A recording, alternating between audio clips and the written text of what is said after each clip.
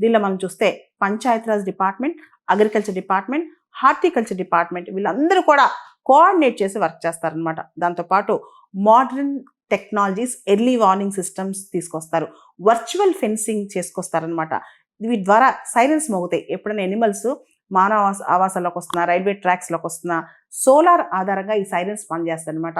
ఒక్కసారి సైరన్స్ మోగితే మనం ఇమీడియట్గా పసిగట్టి ఎనిమల్స్ని కాపాడొచ్చు, యాక్సిడెంట్స్ లాంటివి జరగకుండా చూసుకోవచ్చు, ప్రాణ నష్టం, ఆస్తి నష్టం జరగకుండా చూసుకోవచ్చు అనమాట.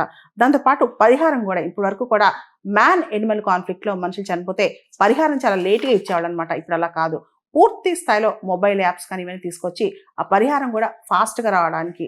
వీటన్నిటితో పాటు వన్యప్రాణి సంరక్షణ, వైద్యం మనకు తెలుసు వంతాల లాంటి ప్రైవేట్ ఆర్గనైజేషన్స్ చాలా వచ్చాయి అనమాట. కానీ గవర్నమెంట్ సెక్టర్ చాలా తక్కువనే. అంటే వన్యప్రాణి సంరక్షణ అనేది కూడా చాలా ఇంపార్టెంట్ అనమాట. గాయపడిన వెంటనే వైద్యం చేయించడం, రీహాబిలిటేషన్ చేయటం, తర్వాత అవి బాగా అంటే వాటి ఆరోగ్యం బాగుపడంగానే మళ్ళీ అడవిలోకి వదిలేయటం, ఇవన్నీ కూడా